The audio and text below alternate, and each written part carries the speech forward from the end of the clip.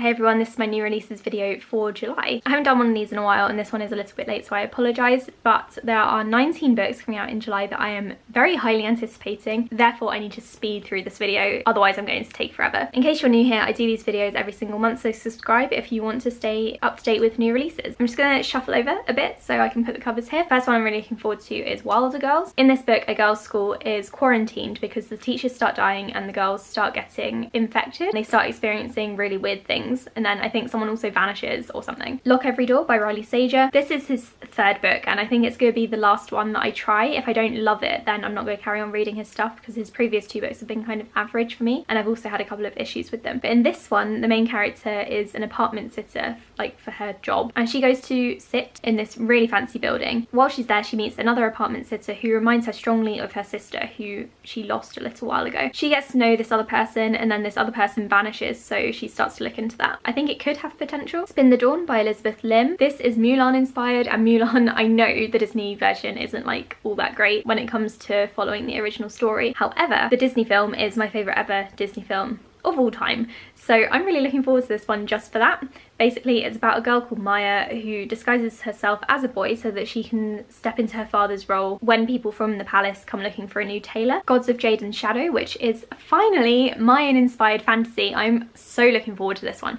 I've been saying for the last 9 years that I've been booktubing that I am dying to read more Mayan fantasy or Aztec inspired fantasy, and this is Mayan inspired fantasy. It's about a Mexican girl who releases the Mayan god of death, and I think the two of them go on a journey together and it sounds so good, and I love the cover as well. The Gifted School, which sounds a lot like Big Little Lies, and it's about like mum drama surrounding their special children. The Bookish Life of Nina Hill. This is an adult romance about an awkward bookworm. I think that's probably all you need to know. The Merciful Crow by Margaret Owen. This is about a girl called Fee who is in charge of a group of people who go and collect the bodies of the royal dead. These people go to collect Prince Jasimir's body, but it turns out he faked his deaths, and the two of them strike a bargain and look after each other and I guess probably fall in love. The Storm Crow by Kaylin Josephson. This is set in a tropical kingdom which is invaded by a neighbouring empire. Anthea is the main character and her sister is currently ruling.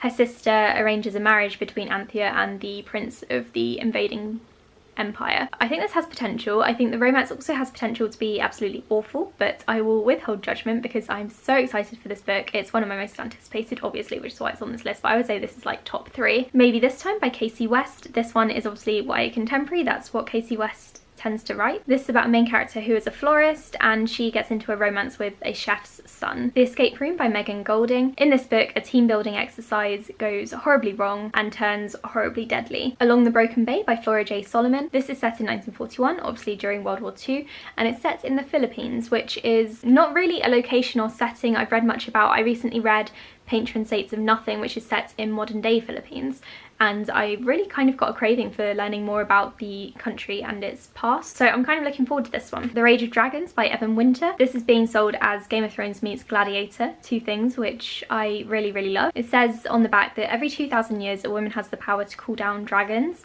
and 1 in 100 men have the power to shapeshift into something bigger. So I don't know if they shapeshift into dragons or if they just become more powerful. It seems like it's a fantasy story about like war and darkness and things, and I think it sounds really good. The Chain by Adrienne McKinty. The main character is contacted by a stranger who says that their child has just been kidnapped, and the only way to get their child back is to kidnap another person's child, and so this creates the chain. The Twitter campaign for this book is going viral. Everyone is really excited for it. I do have a review copy, so I'm hoping to read it very soon. Truly Madly Royally, which is about a main character called Zora who attends a summer program and meets Prince Owen, who is the prince of an island off the coast of England.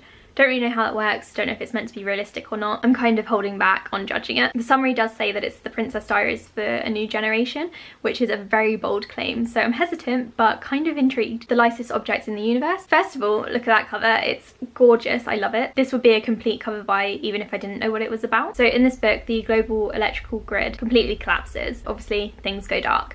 The main character sets off on a journey to find a woman that he likes. Along the way he meets a ton of people, so I guess it's kind of like The Road, kind of like Station 11, and I love apocalyptic stuff, so I'm really looking forward to seeing where this one goes and if it tackles like the changes in culture and society and things. We Went to the Woods. This is another apocalyptic kind of book. Society is on the verge of collapse, so 5 people decide to go to a farm and kind of turn it into a commune. Of course, because these 5 people are living on the farm, drama ensues and they all start falling out and there's stuff happening. So this kind of a different feel to it. It's not as dark as the previous book sounds, but I think it does sound quite good. Salvation Day by Callie Wallace. A lethal virus is unleashed on an abandoned spaceship, and this is being sold as a claustrophobic thriller, and I think it sounds so good, so action-packed, really thrilling. I'm going to read you some of the summary because I'm probably not going to do it justice. This one comes out on the 9th of July and I will be reading it. Zara knew every detail of the plan. A massive exploration vessel had been abandoned by the government of Earth a decade earlier when a deadly virus broke out and killed everyone on board in a matter of hours. Now it could belong to her people if they were bold enough to take it. All they need to do is kidnap the sole survivor of the tragedy and the last person whose genetic signature would allow entry to the ship.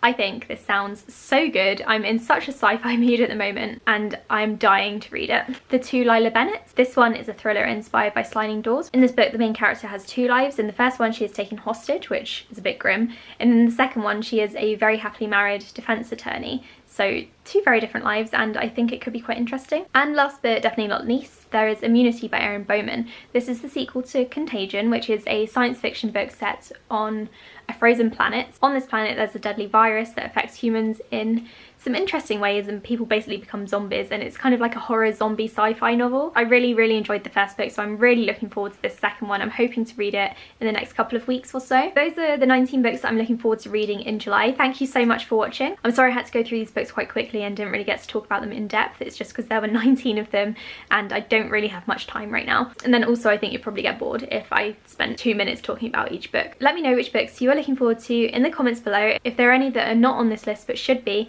also let me know and I will make sure to check them out. Thanks for watching. I'll speak to you on my next video. Bye!